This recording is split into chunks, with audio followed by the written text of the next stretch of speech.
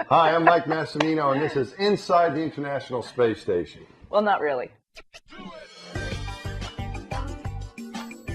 You feel like you're not missing everything. Tell people we can call them, but they can't call us. Give me a break. Don't call so much. For grandkids floating in space.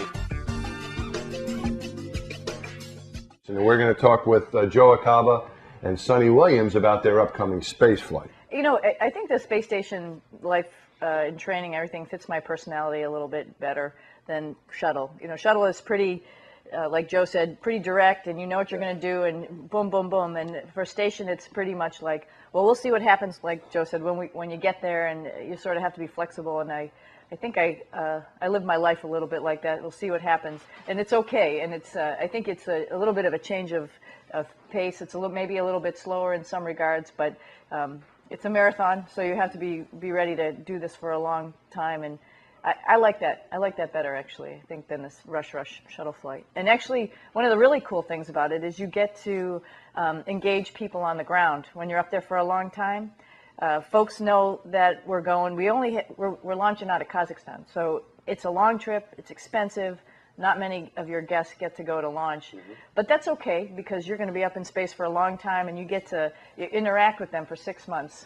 For example, my dad and my mom aren't going. They're a little bit older, and I said, don't go, and they're feeling bad about it. I said, you know, the launch is only you know, the first 8 minutes really, and then the rest of the time we'll be in space. 6 months we'll be on the space station. We'll be able to use the phone and the internet to you know, do net meeting and see you down on the ground. So that's okay.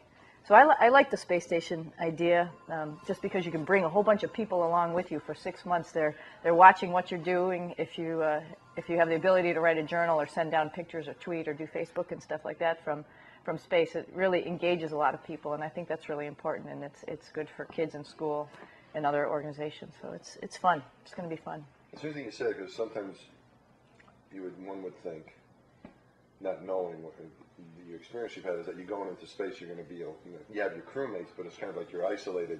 Yeah. You know, you're in your own world, more or less, but almost literally. You know, you're off the planet. Everyone else is here, right? And you're like everybody else is here, and you're up there. But really, the way you describe it is that you're actually connected. Oh yeah, I think so. I think you bring everybody along. My sister said last time I would write a journal on Sunday night, so they would get up, her and her friends, and at work they would all get in their inbox on Monday morning and they would read it, and it was like it's like the New York Times or the Boston Globe. They were like, hey, after you come back, you have to keep writing a journal because every Monday morning we read your journal. And I said, oh, no way.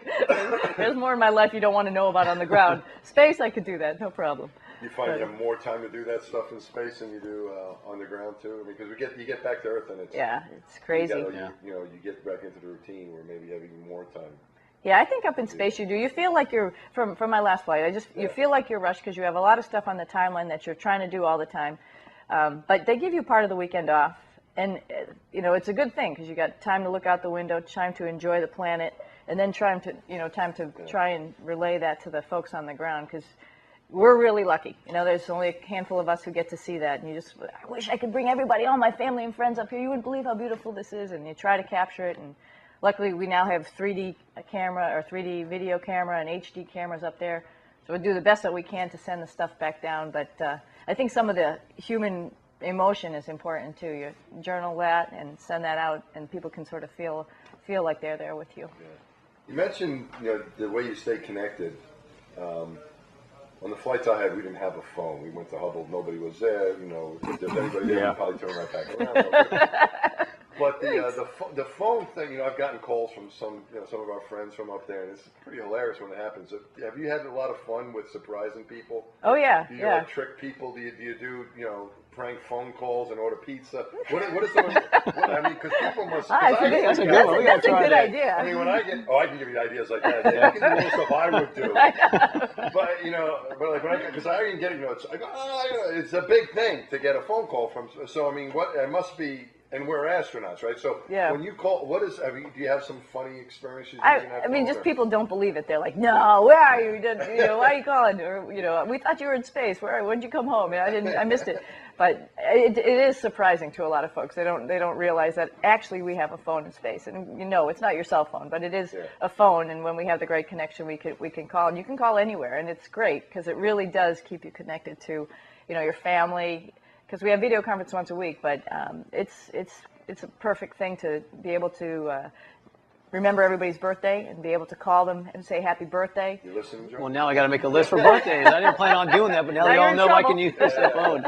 Yeah, holidays and stuff like that. At least you feel like you don't miss it entirely. I remember being put on speakerphone and folks down on the ground having a party, and you can hear, glasses tinking, chinking and stuff like that. And it's nice. It sort of connects.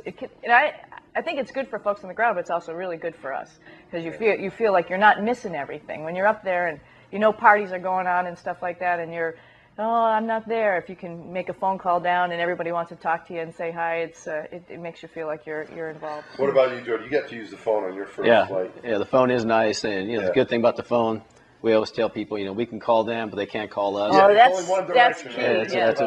But a lot of people, they get a phone number, on their caller ID from Houston. I don't want to talk to Joe today. And so you leave a message on their, answer machine like, man, I missed this call. Yeah. And so that's always good, and they enjoy having that. And it's a great way to connect with people, and it's just as good for us as it is for the people you call. It's pretty cool. Did you have anybody not believe it was you when you called? I know you didn't have as much time to call as Suni did, but did not believe you? What I thought was cool is when I called my grandmother. Yeah. For her to get a phone call from space where she grew up, didn't have a phone, probably didn't have electricity. Wow. She grew up pretty rural in Puerto Rico, and so for her to do that, and when we had one of the private family conferences, for her to see her grandkid floating in space, it was pretty cool. Actually, speaking about the phone, though, my husband was getting tired of me calling. Really? He said, we talk to each other more that you're in space now. He said, you're not doing anything up there. Get to work, because I'm tired of you calling me so much. I've heard this problem before. Sometimes the kids, are glad like the parents are gone, and give me a break. Don't call so much. Yeah, stop annoying me. Come back to Earth where you're busy. But he really said that, though. But he was sort of joking around. He said, we talk more now that you're in space than when you're at home. That is funny.